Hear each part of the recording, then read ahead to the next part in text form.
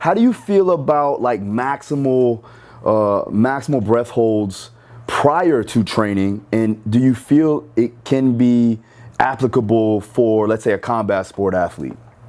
100%. Had John Jones do a couple breath holds before he fought DC. Nice. Down to work with him.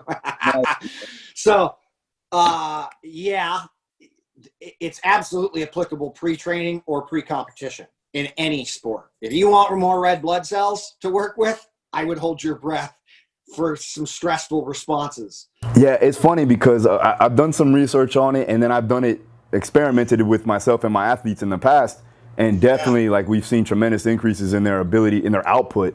You know, and then and these are guys that are fairly anaerobic in nature, and they become more aerobically sound, or at least understand how to breathe properly, and that can help with all those other energy demands, especially in MMA, man. It's just all over the place, you know.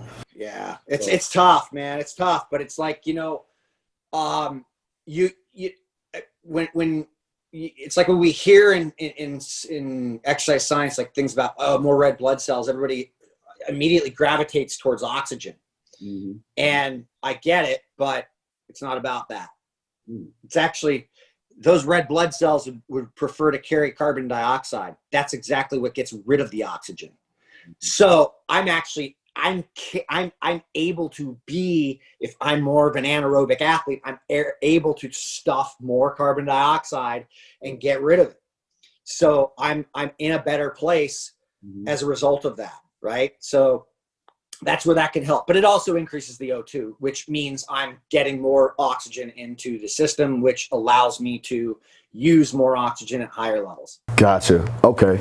And so like for me, and also I'm being selfish, and everybody knows that I'm gonna ask you questions. Hopefully this helps a bunch of people listening. Well, you train your ass off, so it's going to be applicable to anybody who's listening to your show. That's it, man. That's it. So for me, like I like to do sometimes, depending on where they're at in camp, mainly getting closer to the fight after we develop that aerobic base and the ability to take in and utilize oxygen, have that CO2 saturation built up.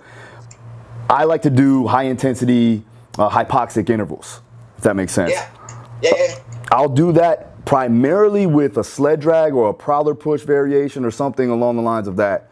So I'll have them breathe in, blow out, hold their breath, you know, take whatever energy output they need to do, and then recover with nasal breathing. We've seen tremendous increases in just overall output, even with the guys, like I said, with the more of that power endurance background in a sense, you know? Yeah, that's my background. I mean, I am a power athlete. I was a short course sprinter, bro. I cheated at every fucking workout that ever happened, and I was the fastest guy on the team. So that's the only way I got fast. Yeah. Now there was a genetic test that you did, correct? What is that? What's the name of that genetic test to show what? You go to Fitness Genes. Fitness Genes. Or any. I think every single one of them is doing it now. And the genetic, they'll give you a genetic variant where you lean. Most people lean more towards power athletes. Gotcha. Not endurance. Like if you carry that really high level endurance, those are called Kenyans. Legitimately, I think it's something like 10% of the population carries that marker. Strictly hardcore aerobic responder, right? Like, but so whether you lean more towards aerobic work or you lean more towards this power response, right? And I think I'm close to 70%.